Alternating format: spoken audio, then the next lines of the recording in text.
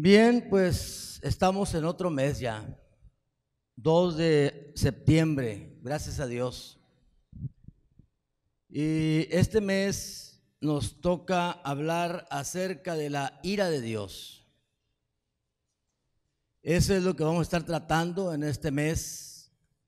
Y la verdad que hablar de la ira de Dios no es cosa fácil, porque siempre pensamos en Dios no como un Dios que se enoja, que ejerce juicio, que se aira. Siempre pensamos en un Dios de amor, un Dios de misericordia. Es la idea que tenemos de Dios y así es.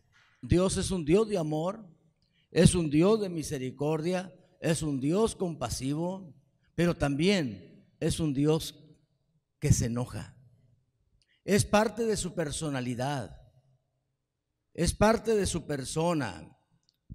Pudiéramos decir que la ira de Dios es parte de su carácter. A través de la ira de Dios, Dios manifiesta su santidad. ¿Sí o no? A través de la ira, Dios manifiesta su santidad. Y yo creo que sí es bueno que nosotros sepamos un poco acerca de la ira de Dios. Hay mucho que hablar. Yo creo que ¿cuál sería el clímax? ¿Cuál sería el clímax de la ira de Dios? Usted como cristiano que conoce un poco o mucho lo que sepa de la Biblia, ¿cuál sería el clímax de la ira de Dios? ¿Sería el Armagedón? ¿Qué sería el clímax de la ira de Dios? Creo que la ira de Dios, hermano, es el infierno mismo. El clímax de la ira de Dios es el infierno mismo. Y por eso es muy importante que nosotros sepamos acerca de la ira de Dios. Y yo quiero pues compartirles y bajo el tema el hombre provoca la ira de Dios. El hombre provoca la ira de Dios.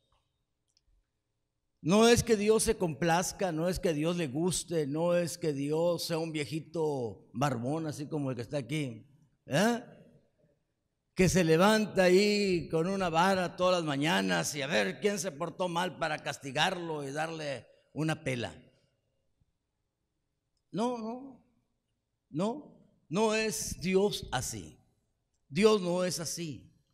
Dios es un Dios de misericordia, un Dios bueno, un Dios tierno, es un Dios paciente, pero no para siempre. Cuando hablábamos acerca de la paciencia de Dios, se habló de eso, dijimos de que Dios es paciente, pero la paciencia tiene un límite. La paciencia tiene un límite. Todo tiene un límite. Y Dios, en demostrar su paciencia, también tiene un límite. Y cuidado cuando Dios llega al límite de su paciencia. Cuidado. Cuando hablamos nosotros, no abuses de la gracia. Estamos hablando de eso. No llegues al límite de su paciencia.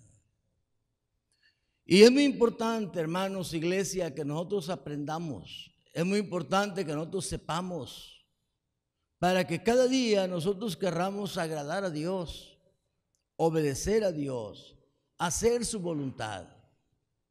Estamos viviendo tiempos difíciles, tiempos muy críticos, tiempos donde vivimos una vida muy ensimismada. Es decir, que nomás pensamos en nosotros, pensamos en nuestros descansos, pensamos en nuestros deleites, pensamos únicamente en nosotros y a Dios lo relegamos. A ver esos coritos que a veces cantamos que dice, no daré mi vida a nadie más que a ti. ¿Qué dirá el Señor? No daré mi tiempo a nadie más que a ti. ¿Qué dirá el Señor?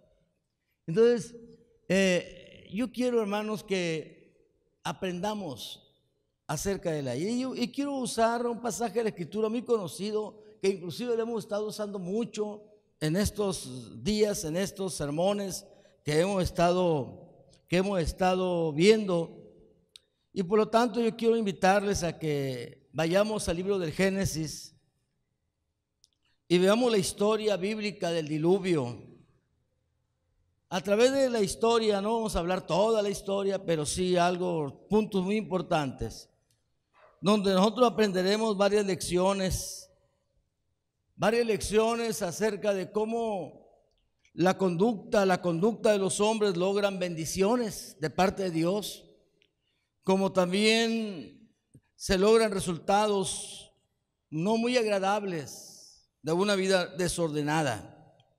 Y esto se logra, pues, la ira de Dios cuando se vive una vida fuera de la voluntad de Dios, una vida desordenada, una vida vacía. Y vaya por favor a Génesis capítulo 6, versículo 12 al 17. Una vez leyendo allí en Génesis 6, 12 al 17, se va a ir al 7, 23. Y miró Dios la tierra, y aquí que estaba corrompida. ¿Cómo estaba? Porque toda carne se había corrompido su camino sobre la tierra. Dijo pues Dios a Noé: he decidido el fin de todo ser, porque la tierra está llena ¿de qué? De violencia a causa de ellos. He aquí que yo los destruiré con la tierra. Hazte un arca de madera de gofer, harás aposentos en el arca y la calafatearás con brea por dentro y por fuera.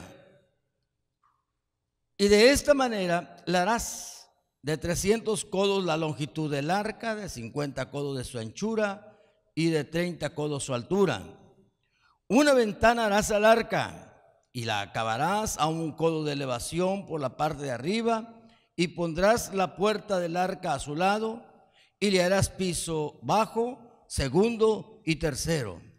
Y he aquí que yo traigo un diluvio de agua sobre la tierra, para destruir toda carne que haya, donde haya espíritu de vida debajo del cielo, y todo lo que haya tierra en la tierra morirá. Vamos al 7:23.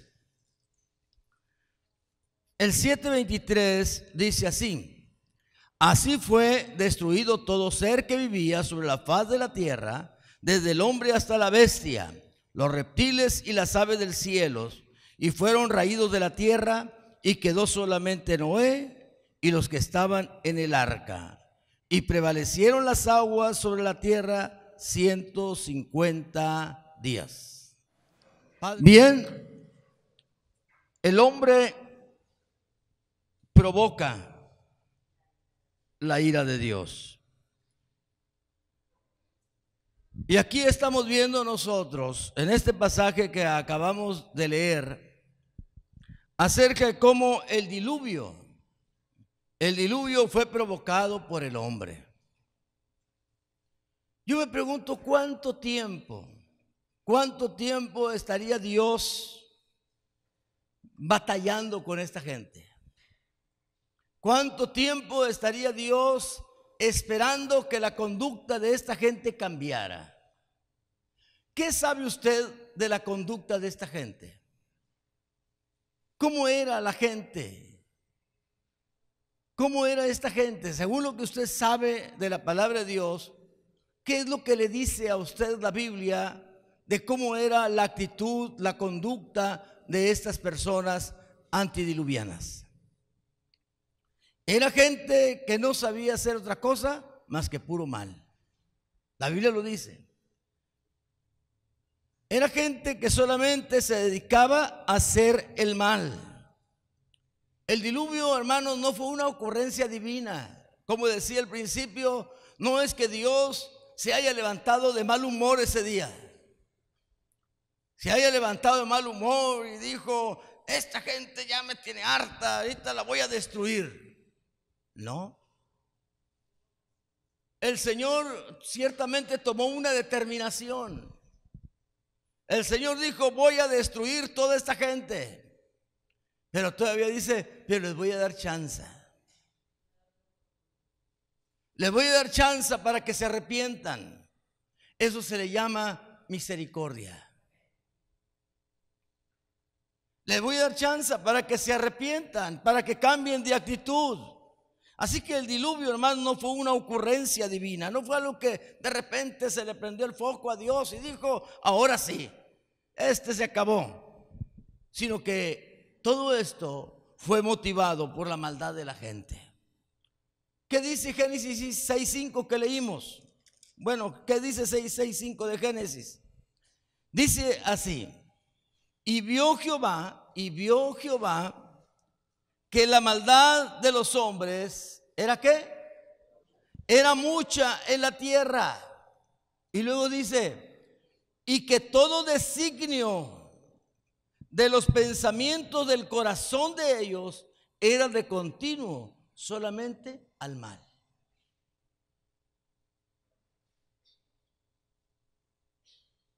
¿Qué les dice eso a ustedes? ¿Cómo era esa gente? No había nada bueno en ellos. Todo pensamiento, todo designio, todo pensamiento desde que se amanecían hasta que anochecían, solamente amanecían para hacer el mal. Siempre estaban pensando en hacer el mal. Y entonces, todo castigo es resultado del mal que el ser humano hace. Todo castigo. En Romanos capítulo 2, versículos 5 al 6, el apóstol Pablo dice lo siguiente: pero por tu dureza y por tu corazón no arrepentido, ¿qué más dice? Atesoras para ti mismo. ¿Qué atesora? Ira para el día de la ira y de la revelación del justo juicio de Dios, el cual pagará a cada uno conforme a sus obras, conforme a sus acciones. Ahí habla acerca de que el apóstol Pablo habla de la dureza del corazón. Un corazón no arrepentido. Y dice que un corazón duro o no arrepentido, lo único que está haciendo es que está atesorando, guardando, haciendo para sí mismo, acumulando ira para la ira de Dios. La ira, hermanos, a la que el apóstol Pablo aquí hace mención, hace referencia, a la que hace referencia aquí, es a la ira futura de Dios. A eso hace referencia. Por lo tanto, la humanidad que continúa en su rebeldía contra Dios está acumulando ira para ellos mismos. Por lo tanto, hermanos, nosotros tenemos una labor. Nosotros tenemos un trabajo que hacer. Nosotros tenemos familias que rescatar. Familia nuestra que rescatar, hijos que rescatar, parientes cercanos o lejanos que rescatar. Porque toda persona que vive con ese corazón endurecido, lo único que está haciendo es ¿qué dice? Acumulando ira para el tiempo de la ira de Dios. Y usted que ha estudiado la palabra del Señor sabe lo que será la ira de Dios. Usted ha leído ahí en el libro del Apocalipsis acerca de lo que traerá, por ejemplo, las copas de la ira. No hay tiempo para explicar todo eso, algún día lo vamos a hacer, pero por el momento, hermanos, todo esto no es, alguna gente dice ahorita estamos viviendo en el infierno por el calorcito que está haciendo. O a veces por algún problema que tienen, alguna enfermedad o algo, dice, parece que estoy en el infierno por los problemas que se tienen en el hogar. No, hermanos, no es comparado realmente con aquellas cosas que se esperan a aquellos que endurecen su corazón. Hermano, entonces ese es un sermón para la gente que no conoce a Cristo.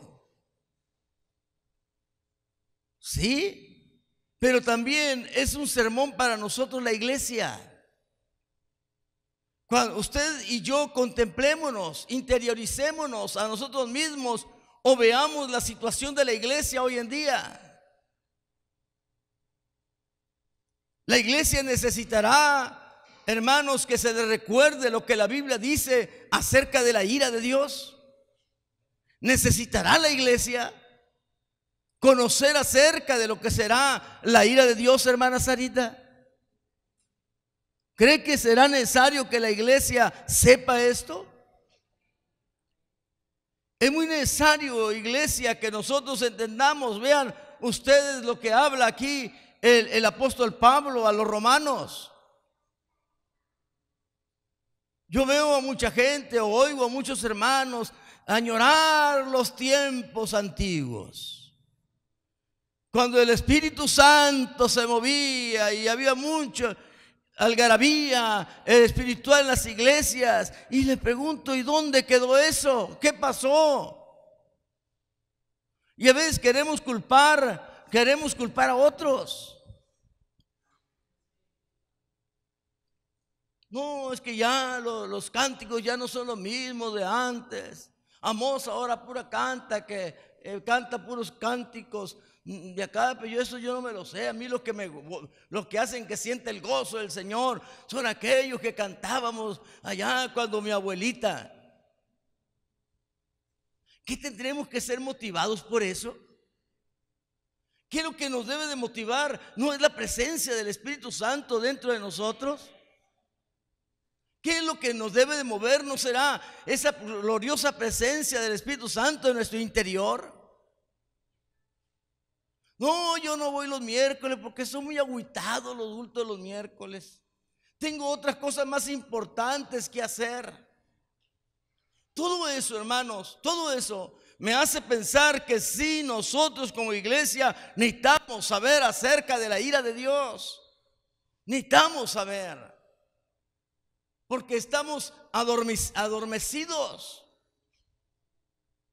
La exhortación de la palabra de levantar las manos caídas y doblar las rodillas paralizadas, hermanos, es para la iglesia, es para nosotros.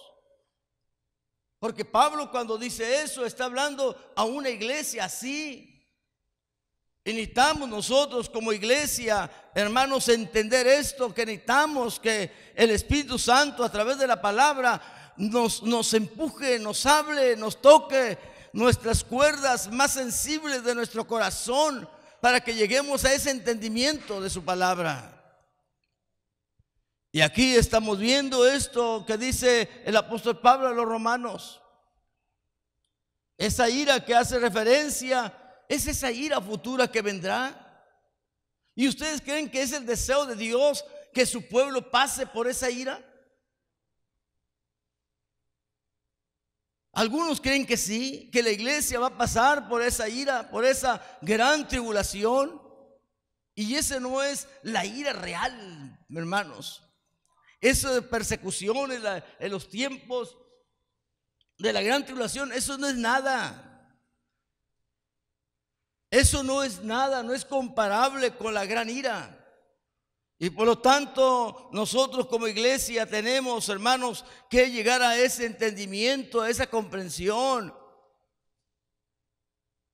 y quitar nuestros corazones duros y llegarle ante la presencia del Señor y decirle al Señor: Señor, perdóname, porque sí es cierto, reconozco.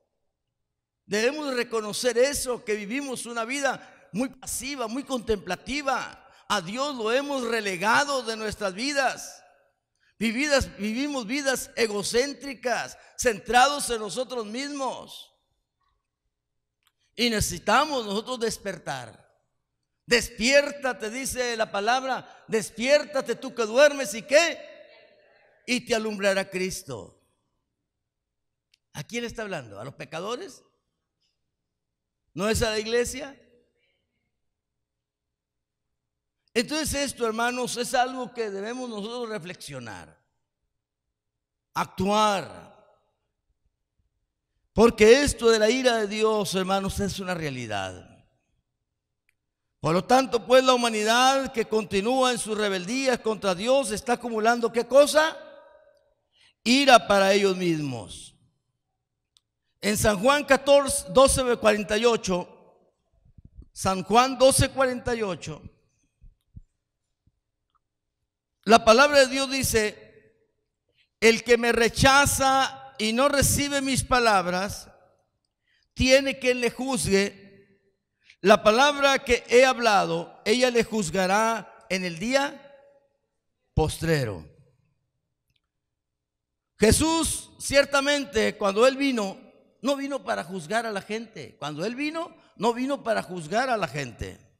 No vino para juzgar a las personas, sino vino para ayudarlas. Vino para indicarles el camino de la salvación y la vida eterna. A eso vino Jesús. Pero cuando vuelva otra vez, su propósito primario no será ya la salvación. Cuando Jesús vuelva otra vez, ya no será para dar la salvación a la gente. Él ya lo dio. El libro de los Hebreos dice que el juicio hacia Él, porque Él llevó nuestro juicio, dice que fue una vez y para siempre. Ya no hay más remedio para el pecado, ya se dio una vez. Él ya vino y vino para indicarnos el camino de la vida eterna, pero volverá otra vez. Y ya no volverá, hermanos, como el Salvador, vendrá como el juez. Vendrá a juzgar a las naciones, vendrá a juzgar a las gentes. Y por lo tanto, vea usted esa expresión de la palabra. Dice: el que me rechaza y no recibe mis palabras, tiene que le juzgue. Así que las palabras de Cristo, hermanos, que no quisimos aceptar y obedecer, serán las que nos van a condenar. En el día del juicio, quienes aceptamos a Cristo y hayamos vivido según su voluntad, seremos levantados para vivir con Él. Amén. Pero aquí el asunto es que debemos de perseverar en el camino. Porque hay quienes creen: bueno, ya recibí a Cristo, ya soy salvo, y por lo tanto, ya una vez salvo, como dicen por ahí, para siempre salvo. ¿No es cierto, hermana? No es cierto. Una vez salvo, para siempre salvo. No es verdad eso. No es cierto que una vez que Chuy aceptó a Cristo, ya lo aceptaste, Chuy. Ya, vive como quieras, haz lo que quieras. No. El que perseverare hasta el fin, ese será salvo. Todo aquel que habla de perseverancia en el camino del Señor, se necesita perseverancia. Se necesita fidelidad a Dios. Por lo tanto, hermanos, esa es una exhortación entonces para nosotros como iglesia. Y debemos darle gracias a Dios. Una vez me invitaron a predicar en una iglesia y me dijo el hermano así muy humildemente, me dijo: mira, no les tires muy duro, no hables muy fuerte. Aquí mira todo el asunto del pecado, yo ya les enseñé todo lo del pecado. Tú predicas de otra cosa. ¿Y creen que le hice caso? No, le hice, simplemente prediqué la palabra, ¿no? A usted porque les tengo confianza, por eso les hablo así. Pero miren, pero la verdad, hermanos, nosotros tenemos que entender esto. Tenemos que entender esto. Ahorita, hermanos, no estamos para suavizar las cosas. O como vulgarmente se dice por ahí una palabra media vulgar, ¿no? No estamos para andar dorando, ¿qué? ¿Cómo dicen? Dorando la píldora, ¿verdad? No, tenemos que hablar la verdad, tenemos que hablarnos la verdad, tenemos que hablar lo que dice la palabra, tenemos que exhortarnos. La Biblia dice que debemos exhortarnos los unos a los otros, ¿sí o no? Y la mayor responsabilidad, ¿saben quién radica? En el pastor. Así que, iglesia, que Dios nos ayude. Que Dios nos ayude con nuestra propia persona, que Dios nos ayude con nuestra familia, con nuestros hijos, que Dios nos ayude a nosotros como congregación. ¿Está preocupado usted por la salvación de sus hijos? ¿Está preocupado por la preocupación de su hija? Preocupada, así que está preocupada y que está orando día y noche. Señor, salva a, ¿cómo se llama? A Katia, sálvala, Señor, que no se pierda. Mira, mi nieto, Señor, está creciendo, quiero que crezca en tu camino. Debe ser así nuestra vida. Entonces, hermanos, de verdad, yo les hablo con mi corazón, ustedes, con el amor que les tengo como pastor de esta iglesia. Necesitamos entender eso. Necesitamos llegar a ese entendimiento. Tenemos nosotros que ver que el día del juicio va a venir. Ciertamente quienes aceptamos a Cristo vamos a vivir con Él si perseveramos. Me gustaría que fuera 1 Tesalonicenses capítulo 4 versículo 15 al 18. 1 Tesalonicenses 4, 15 al 18. No sé si se vaya a poner ahí.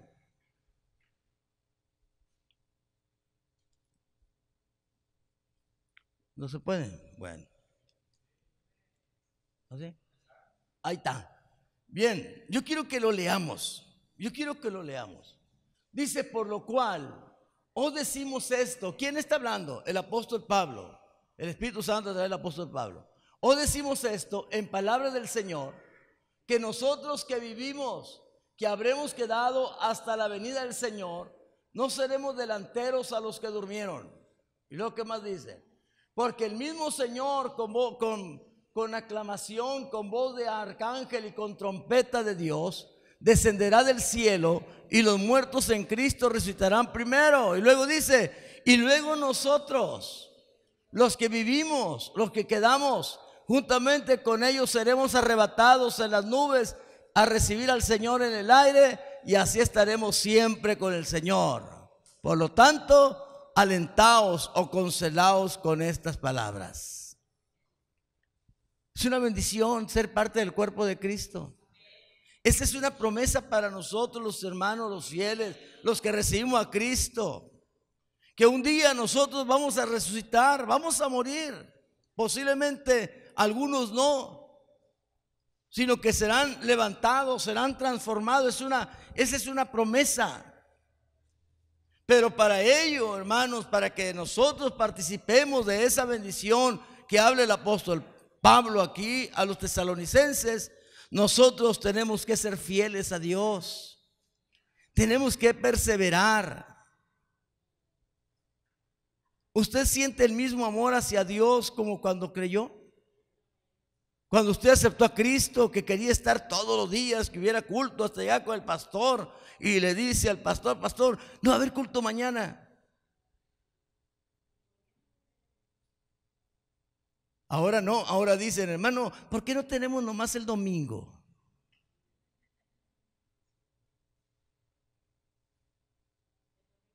Porque nuestra vida se está enfriando muchas veces. Queremos participar de esta bendición. Yo quiero participar de esa bendición, de ser arrebatado o ser levantado, como sea, ya sea que viva o que muera. Dice el apóstol Pablo, somos del Señor. Pero les digo, para eso, hermanos, tenemos nosotros que ser fieles hasta la muerte. Porque si somos fieles a la muerte, ¿qué va a pasar? ¿Qué dice la Biblia? Sé fiel hasta la muerte y yo te daré la corona de la vida. Entonces, hermanos, esto es promesa del Señor. Esto es palabra del Señor. Así que esta promesa es para los que hayamos vivido, para cuando Cristo venga cuando el arrebatamiento se lleve a cabo, hayamos sido fieles al Señor. Y quienes lo rechazaron y vivieron como quisieron deberían enfrentar su ira eterna. Apocalipsis 20, 11 al 15. Apocalipsis 20, 11 al 15. Vamos a ver qué dice Apocalipsis 11, 20 al 15. Quiero que lo lean conmigo. Y vi un gran trono blanco y al que estaba sentado sobre él, de delante del cual huyó la tierra y el cielo, y no fue hallado el lugar de ellos. Y vi los muertos grandes y pequeños que estaban delante de Dios, y los libros fueron abiertos, y otro libro fue abierto, el cual es de la vida, y fueron juzgados los muertos por las obras que estaban escritas en los libros según sus obras. Y el mar dio los muertos que los que estaban en él, y la muerte y el infierno dieron los muertos que estaban en ellos, y fue hecho juicio de cada uno según sus obras, y el infierno y la muerte fueron lanzados en el lago de fuego. Esta es la muerte segunda, y el que no fue hallado escrito en el libro de la vida fue lanzado en el lago de fuego. Wow. ¿De qué está hablando ahí? Está hablando del gran trono blanco. ¿Por qué gran trono blanco? ¿Por qué gran trono blanco? Habla del gran trono blanco por la majestad que está sentada en él. ¿Y quién va a estar sentado ahí, Felipe? Jesucristo. ¿Y qué va a estar haciendo Jesús sentado en ese gran trono blanco? Ahí estará juzgando a todas las naciones que no recibieron a Jesucristo como su Salvador personal. Primero hablamos acerca de lo que dice Pablo, acerca del arrebatamiento de aquellos que sí hayan sido fieles al Señor. Pero acá está hablando en el gran trono blanco el juicio que habrá sobre todas las naciones. Aquellos que endurecieron su corazón, aquellos que rechazaron la palabra del Señor, pero aquellos también que un día conocieron a Jesús y le dieron la espalda. Aquellos que no permanecieron fieles, o aquellos cristianos nominales, Amós. ¿Cuáles son los cristianos nominales? ¿Cuáles son?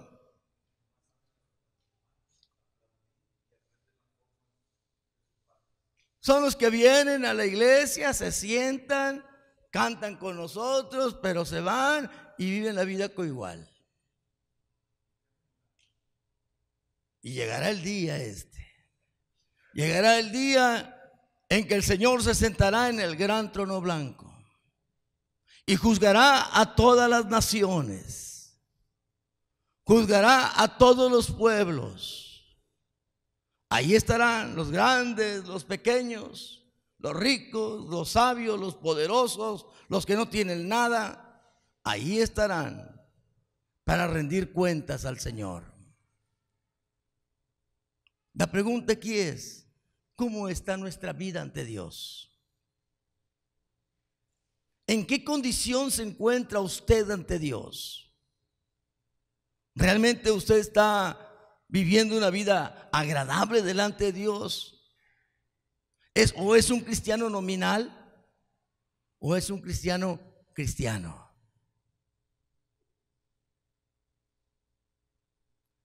Entonces, hermanos, esta es una palabra que necesitamos nosotros, que el Espíritu Santo nos hable a nuestras vidas, que el Espíritu Santo toque nuestra vida interior. Y esto es lo que estamos viendo aquí. Ahí vemos nosotros esa parte del libro del Apocalipsis. Ahí vemos a aquellos que rechazaron y vivieron como quisieron y que deberán enfrentar la ira eterna de Dios.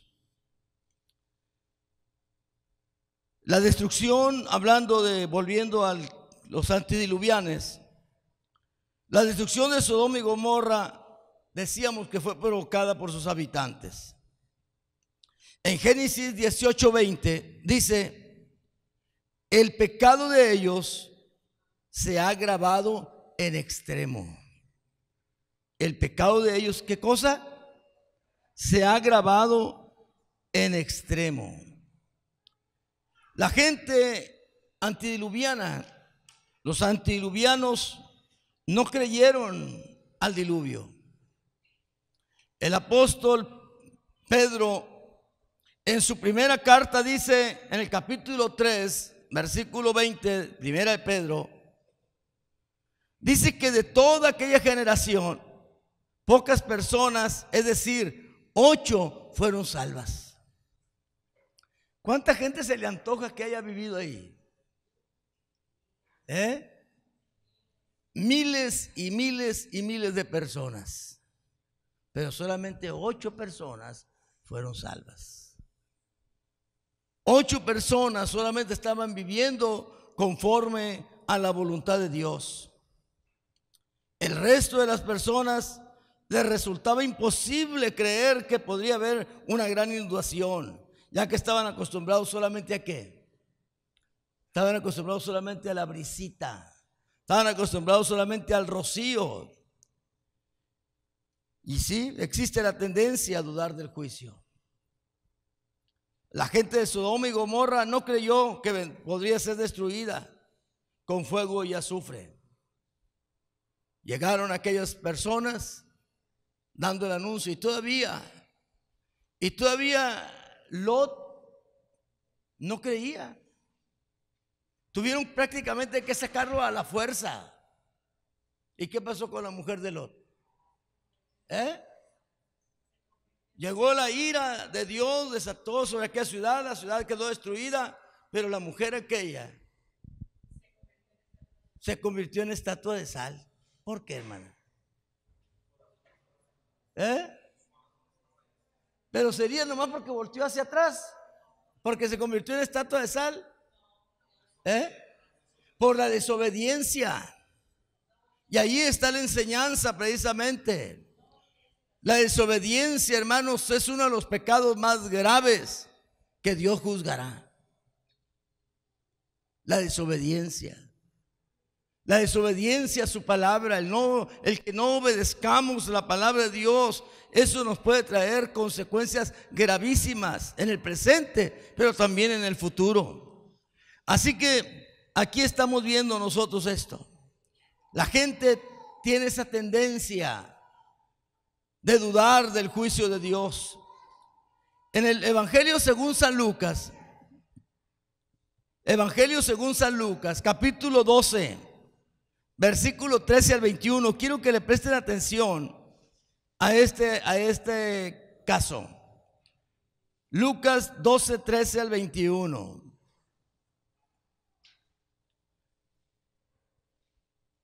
Vamos a ver esta situación. ¿Ya está? Fíjense, quiero que lo vean.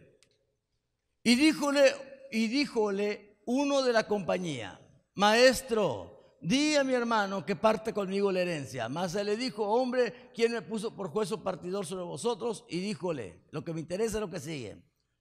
Guardaos de toda avaricia, porque la vida del hombre no consiste en la abundancia de los bienes que posee. Y luego lo otro.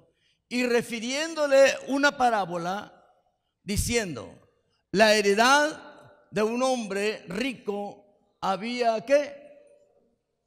Producido mucho. Y él pensaba dentro de sí, diciendo: ¿qué haré? Porque no tengo dónde juntar mis frutos. Y dijo: ya sé, esto haré: derribaré mis alfolíes, mis graneros, y los edificaré más grandes.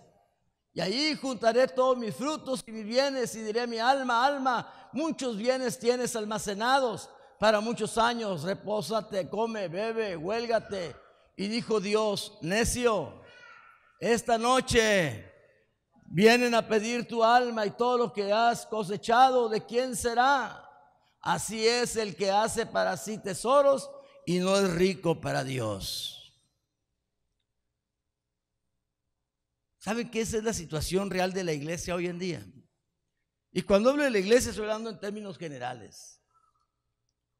Estamos muy ensimismados, muy preocupados por las cosas materiales. Y no es que sea malo tener cosas materiales, ¿o sí será malo? No es malo, hermanos, tener cosas materiales. El problema es cuando la prioridad son las cosas materiales. Dios nos puede dar muchas cosas y Él quiere darnos muchas cosas, muchas bendiciones. Yo le decía a unos hermanos ahora cuando el tiempo de las elecciones, miren, ¿sabe una cosa? Porque veía que andaban muy afanados y queriendo agradarle. Miren, no traten de agradar a los hombres. Honren a Dios y Dios los va a honrar a ustedes. Ese fue el consejo que yo les di. Honren a Dios. Denle a Dios su tiempo. Denle el tiempo a Dios porque se desaparecieron por domingos. Digo, honren a Dios y van a ver cómo Dios los va a honrar a ustedes. Y eso es lo que pasa, hermanos, hoy en día. Estamos tan ensimismados, tan preocupados por tantas cosas de la vida misma. Este hombre se levantó y vio sus graneros, vio todo lo que tenía y como que se creía muy, ¿no? Como que se creía que él todas las podía. Y vio sus graneros y vio que los tenía llenos de trigo o de lo que sea. Los tenía llenos. Y luego ve sus sembradíos y dice, ¿qué voy a hacer? ¿Qué voy a hacer? Tengo que levantar todo este trigo, pero no tengo dónde meterlo. Y luego él, muy inteligente para los negocios, dijo, ya sé lo que voy a hacer. Voy a derribar estos graneros, estos alfolíes, y los voy a hacer más grandes, y entonces voy a almacenar todas esas riquezas y las voy a meter allí. Y una vez que haga todo eso, entonces me voy a decir a mi alma, alma, huélgate, come, haz todo lo que tú quieras, diviértete. Y luego oye la voz de Dios que le dice, necio. ¿Cómo le llama? Necio. Esta noche vienen a pedir tu alma y todo lo que tienes. ¿De quién será? ¿Creen ustedes que Dios estaba en contra de que ese hombre tuviera todo eso? No. Dios no estaba en contra de que tuviera toda esa riqueza, todo ese grano y alfolí, que levantar todo lo que fuera. El problema es que no estaba pensando en Dios. El problema es que su corazón estaba en otra parte. Iglesia, y de verdad, muchos de nuestros corazones están en otra parte. No están en Dios. ¿Por qué no vino su esposo, hermano? Es que se quedó haciendo esto en la casa. ¿Y por qué no vino su esposa? No, pues es que, hermanos, de verdad, con todo mi corazón les digo, pongamos atención a lo que Dios demanda de nosotros, a lo que Dios pide de nosotros. La prioridad para todo cristiano debe de ser Dios. Para un verdadero cristiano la prioridad debe de ser Dios. Eso no quiere decir que debemos ser negligentes con el trabajo. No quiere decir eso. No quiere decir que debemos de ser negligentes en los quehaceres de la casa. No. No quiere decir nada de eso. Simplemente quiere decir que Dios demanda prioridad. Así que este hombre así era. Este hombre nunca pensó que esa misma noche iba a morir. No pensó que el juicio vendría rápido. Y así sucede. Así sucede en nuestra vida. Y a veces hay cosas, hermanos, que nos pasan en nuestra vida y no acatamos que a veces es una llamadita de atención de parte de Dios. Yo le decía a un amigo mío, le decía, mira, yo veo que de que tienes carrito nuevo, le decía, ¿sí o no? Le decía, de que tienes carrito nuevo, veo que te estás ausentando más de la iglesia. Pero tuvo que venir un jalón de orejas y entonces agarró el rollo. Y espero que sí. Que cuando no estaba en Mazatlán, estaba por allá, estaba en Washington, Acapulco, Nueva York. No hay nada de malo en viajar. ¿O sí? No, usted está aquí con nosotros, gloria a Dios. No hay nada de malo en eso. Pero hermanos, nunca se nos olvide que Dios debe ser la prioridad. ¿Estamos de acuerdo? Que Dios debe ser la prioridad de nuestra vida. Así que hermanos, entendamos esto. No provoquemos nosotros la ira de Dios. No es que Dios, vuelvo a decir, no es que Dios sea malo, no es que Dios esté esperando que cometamos alguna falta para luego chicotito. No, no, no. Pero sí, hermanos, pero sí llega un momento en que Dios a veces nos disciplina. Así que ahí está, hermanos, la palabra del Señor. El Señor, en esta parábola, el Señor le dice necio, porque este hombre era egocéntrico. Su yo estaba en el centro, era carnal, su propósito era el placer, el glamour. Vivía, juntaba y pensaba que solo eso era la vida. Pero nunca pensó que esa noche moriría, que esa noche vendrían a pedir su alma. ¿Sabe usted que el Señor Jesucristo también vendrá cuando menos se dude de su venida? Cuando más se dude de su venida es cuando el Señor vendrá. En 1 Tesalonicenses 5:23, 2 al 3, dice: porque vosotros sabéis perfectamente que el día del Señor vendrá como así como ladrón en la noche, que cuando digan paz y seguridad, entonces vendrá sobre ellos destrucción repentina, como los dolores a la mujer encinta, y no escaparán. ¿Se acuerdan ustedes de la parábola de las 10 vírgenes? ¿Qué sabe usted de la parábola de las 10 vírgenes? 5 de ellas estaban preparadas y 5 de ellas. ¿Por qué? Bueno, el Señor tarda en venir. Y así encontramos varias parábolas donde la expresión el Señor tarda en venir. Y vea usted cómo le da importancia Dios a esa expresión, el Señor tarda en venir. Y Pedro da la respuesta a todos aquellos que piensan que el Señor tarda en venir. Pedro les da la respuesta, dicen: miren, el Señor no retarda su promesa como algunos la tienen por tardanza, sino es paciente para con todos, no queriendo que ninguno perezca. Ahí está la misericordia de Dios, ahí está el amor de Dios. El Señor no ha venido, hermanos, porque nos está dando chance. Nos está dando oportunidad a la iglesia y también a nuestras familias y a mucha gente. Dios está dando oportunidad. Que volvamos en sí, que volvamos a las sendas antiguas. ¿Se acuerdan ustedes eso de las sendas antiguas? Cuando el Señor les dijo a través del profeta que anduvieran por las sendas antiguas, ¿qué dijeron los que escuchaban? ¿Qué dijeron? Ustedes que saben Biblia, ¿qué dijeron? No andaremos, dijeron. La exhortación ayer, el profeta se paró y le dijo: paraos en los caminos y preguntad por las sendas antiguas y andad por ellas. Y ellos dijeron: no, no andaremos. Y vino el juicio de Dios, hermana Mónica. Vino el juicio de Dios. Vino. La pregunta aquí, ¿cómo respondemos nosotros? Si andaremos o más allá, más adelante. ¿Nos vamos a enderezar o vamos a continuar igual? ¿Vamos a comprometernos más con el Señor o vamos a vivir una vida igual? Ahí se va. ¿Cómo? ¿Qué hacemos?